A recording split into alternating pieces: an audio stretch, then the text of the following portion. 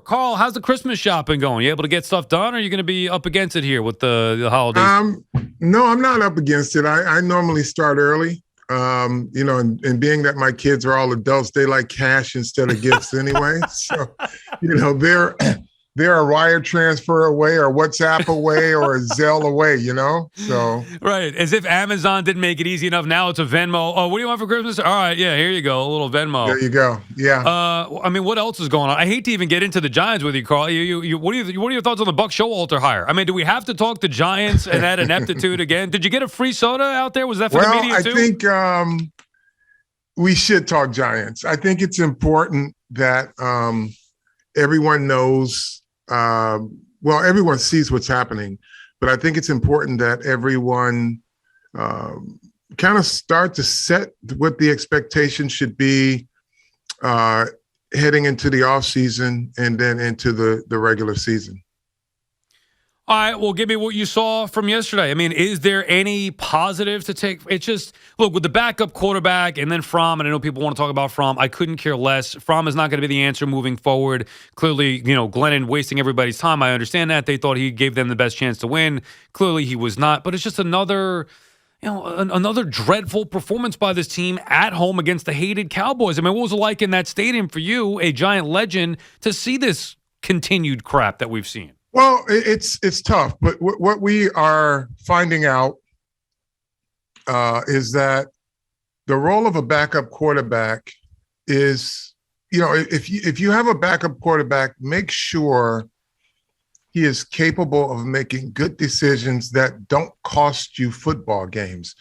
The role of a backup quarterback is not to win the game for you, but he's not to lose it for you either. Let all the other components around you make the plays. And there was just some inexplicable plays by the quarterback. And, as it relates to Jake Fromm, he's auditioning. He's auditioning to become a regular on somebody's roster. I'm not saying he's going to be a starter, but did he run the offense effectively in a 2-minute drill? Yes, it's not a whole lot of plays, but he made good decisions with the football. So that was encouraging. I know a lot of people don't want to hear much from the head coach or want to take stock in anything he says in his post game pressers, but he did make a point that should be worth noting. Whether you like him or not, whether you think he should stay or go, they had effort. They played, the defense played with great effort. Their offense played with great effort. They just didn't execute worth a darn. That's what it really came down to on the offensive side of the ball. They ran the ball effectively.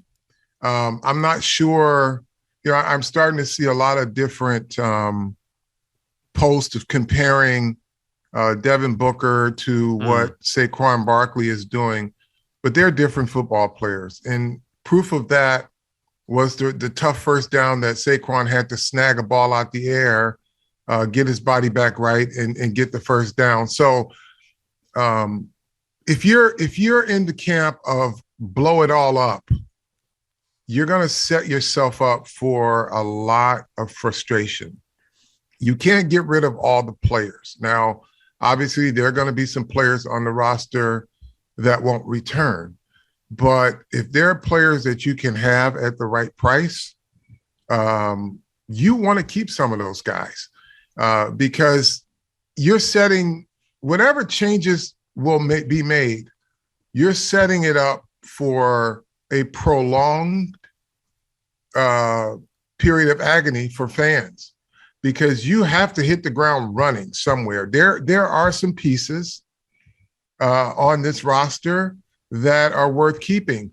And a guy that I was very, very critical of for the last, year was Matt Pert. He had 2 bad offsides penalties, but he had some really good reps when they put him in the game. He had to go against Tank Lawrence, who was hunting the quarterback, especially late in the game. Those guys were hunting sacks. He held up pretty good. So I take my hat off to him for stepping up. and accepting the challenge that Lawrence would give him, because he did a good job, and I have to give him credit for the job he did. Does he become your starter next year? No. Is he staying on your roster? Absolutely. But you want to see a guy like that continue to get better. And these next 3 games will be, his kind of maturation process, his development. It's showing the coaching staff that he has to factor into their decision-making. So that's a good thing.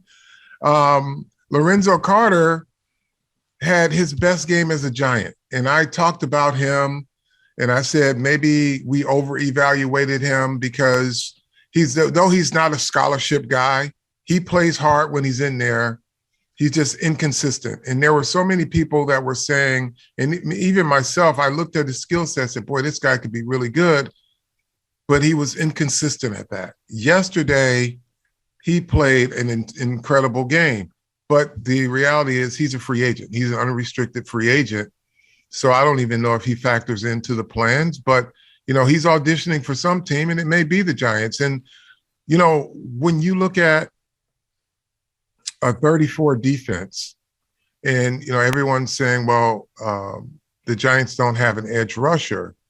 You can have the same players you have and still get an edge rusher, because in a 34 defense, your edge rusher could be a guy that's in your rotation, a guy that can get it done. But what you need are complete players. Now, I'm not telling you they have dynamic playmakers on the edges of their defense, but what I'm saying to you is you're going to need consistent players, and you're going to need a dynamic playmaker there. And look, again, I don't know what changes are gonna happen in terms of personnel, but you can't win this few of games and expect things to stay status quo. And if you want to look and kind of dream about what Barkley can be when healthy, and he's looking healthier or as healthy as he's been, and he's got that bounce back, put him in an offensive system that will feature all the things he can do, the diversity of his skill set. And I think you'll be excited. Now, you can't continue to moan about where he was drafted. He's here. So the best thing you can look forward to is get him in a system, an offensive system that will feature all of his skill set. I think, he ran the ball well. So did Booker, but he's a different skill set than Booker. Well, but how come, Carl, if I'm watching, and obviously you're the pro, you can educate me to this, how come I'm watching Saquon Barkley versus whether it's Goldman last year or Booker this year, and Goldman and Booker, they look better to me. I get the explosiveness that Barkley has, but they look like they're more consistent, better runners than Barkley. Why is that? Because they are more consistent at what they do. I won't dispute that. I'm just telling you that Barkley can be that and more, or he is that and more, but he has not been in the system, at least this season, and the majority of last season, because they had the same coordinator prior to him getting injured. They just couldn't get him in some of those positions. Now, I've criticized Barkley when he wasn't putting his foot in the ground and getting vertical. He's doing that. He's reading things much better now. But I think in a better system, he would be much more dynamic. So is this more? Yeah, that's fair. That's fair. Is it more system to you than offensive line, or do the two go hand in hand? Is it blocking scheme? Explain. The two go hand in hand. With guys like you have football players and you have athletes, right? Gallman, Booker, they're football players, right? They do one thing or a few things well, but they are Saquon Barkley is more dynamic in his skill set. Is he a football player? Yes, but he is more of a dynamic athlete than just a running back. And you have to put plays in. You've got to have blocking schemes that will feature his skill set. That's just what players of that nature require.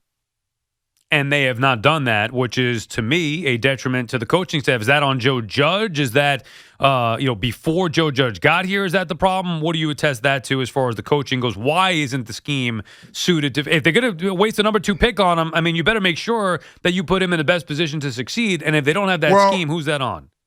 Well, the scheme predates Joe Judge. Right. Now, we saw Barkley his rookie year, shot out of a cannon, right?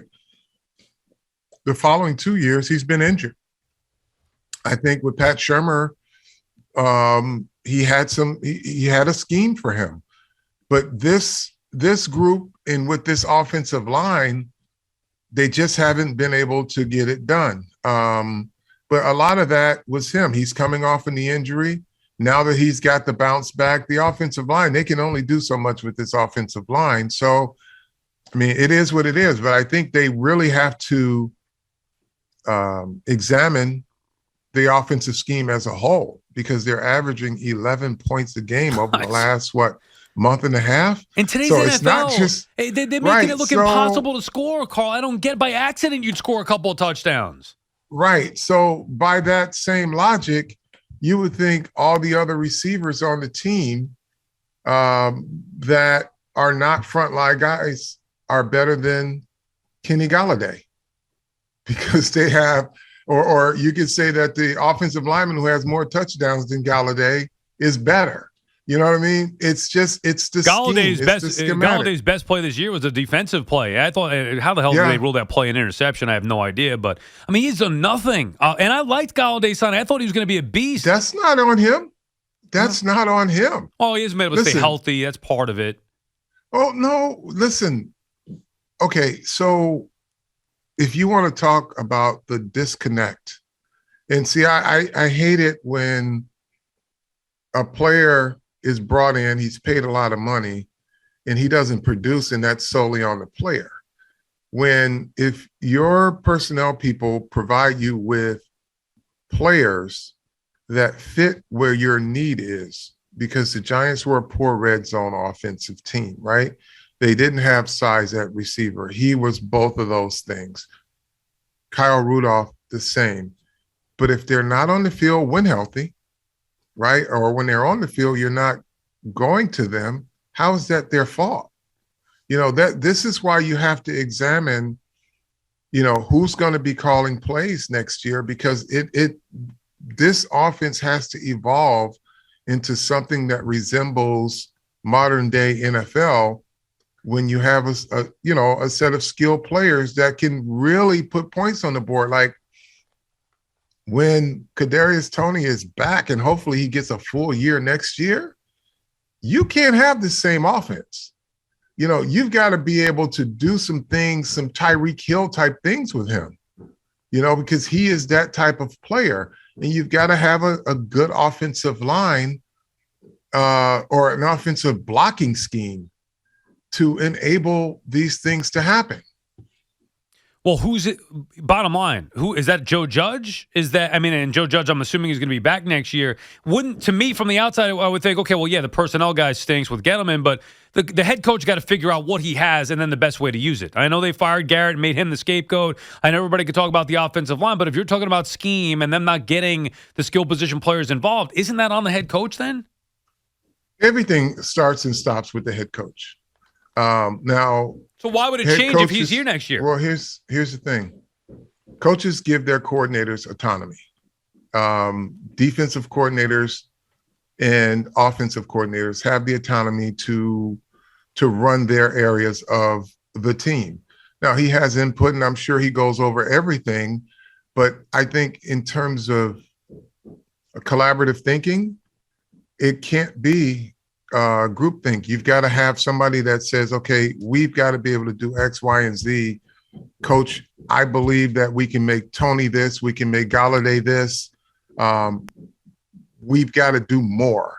And I think when Coach Judge looks at where this team is ranked over a long period of time, he's no dummy. He knows something has to get better, because you're doing the same things and you're getting either equal or less result every week. So something has to change about that. The schematic has to change. And I think as he reviews that, he's got to review his own coaching personnel too to see if he has the right people in place, because I think we've seen a large enough sample size to say that there may be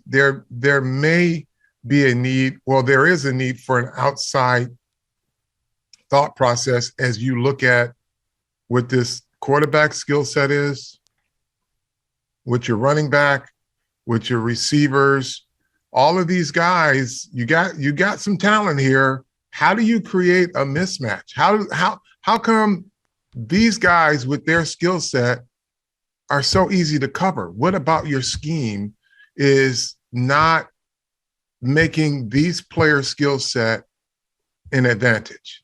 That's a question you have to ask when you have the diversity of skill, even at the quarterback position.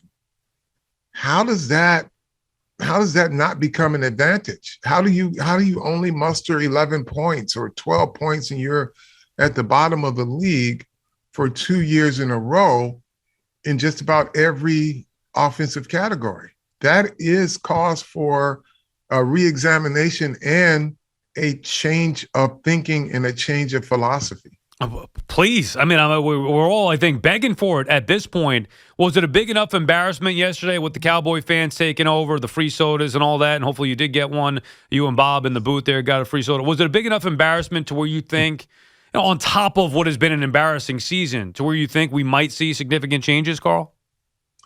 Well, I don't anticipate there not being any change. And I just think you can't have this type of season. And yesterday was no more of an embarrassment than the week before, than the week before, than the week before. It's just, but it's a confluence of things. Like, the Cowboys fans, though, taking over MetLife. You know what? It's to be expected. When you're in a bad year, people tend to flock to MetLife. If it's a Philadelphia game and the Giants are bad and the Eagles are good, guess what? The Eagles fans are going to fill your stadium. So that just comes with it. I don't think that's an embarrassing thing at all.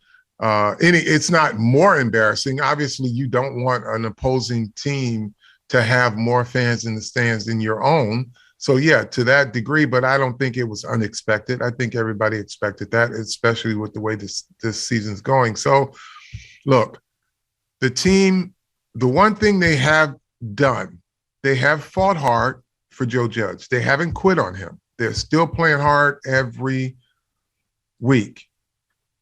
They're just not executing. I don't think – I see what's happening on defense. There are some things they got to fix, not a whole bunch. Offensively, they got a lot in terms of getting the right schematic, getting an offensive line that functions, and getting guys healthy. I mean, that's the other thing too. And my heart goes out to Sterling Shepard because he's a leader of the team, and this is an injury that was non-contact. It's just two steps into his pass route and he goes down. But prior to that, and this is not a Sterling Shepard thing, but it's a team thing. For as many players that have missed games this year, key players, they've got to figure out this training thing. I don't know. These guys go home and they train on their own. They might want to have a conversation with their personal trainers, these guys that's training them for all these great YouTube videos and TikTok videos. But it's not keeping these kids healthy. And the Giants need, like the way they were set up this year, you're plugging and playing just guys. And you got to have your main players, your core group of guys that you can count on from week to week. But these guys are missing blocks of time, 3 games here, 2 games here, 4 games here. And it's hard to field the team when you're completely healthy. You're not as good as some other teams. You still need a lot of things to go right. So when you're not completely healthy, you see the holes right away. Did you have an issue with Jalen Smith? I saw it on social media. I guess he was, it appeared that he was celebrating a little bit. You have an issue with that? No. Yeah, I didn't really think it was what was he celebrating? Just taking pictures with his friends? Yeah, look, I mean, that's why I wanted to ask you. I'm with you, but I mean, Who it's cares? become a big deal on social media. I figured if you didn't He's have a been here problem for a cup of coffee. yeah. He's been here for a cup of coffee. He's probably got more. Well, I know he's got more friends on the Dallas Cowboys than he's got on the Giants. He just met her. He's probably he's looking at name tags right now in the locker room. You wouldn't have taken offense if you're playing linebacker with the Giants and this newcomer sits there and starts appearing to be celebrating or happy for his friends that just whipped you up a little bit?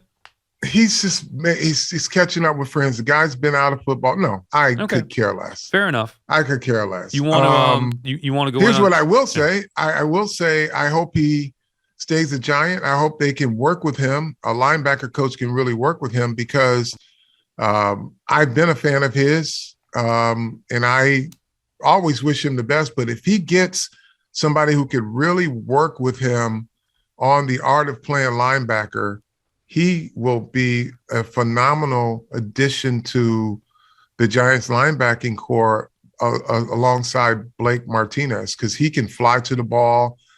He doesn't read blocking schemes very well. He takes a lot of chances and he guesses sometimes, and that gets him in trouble. But if he can learn the art of playing the game, he's going to be a dynamite addition to the Giants defense. That's that's what I want to celebrate. I don't care if he's taking pictures with his friends. And plus, it's today's NFL. Why are we stuck in the era when I played where you wouldn't even think about because doing those were it the anyway? good old days, Carl. I mean, I'd kill to watch you go out there and tackle somebody.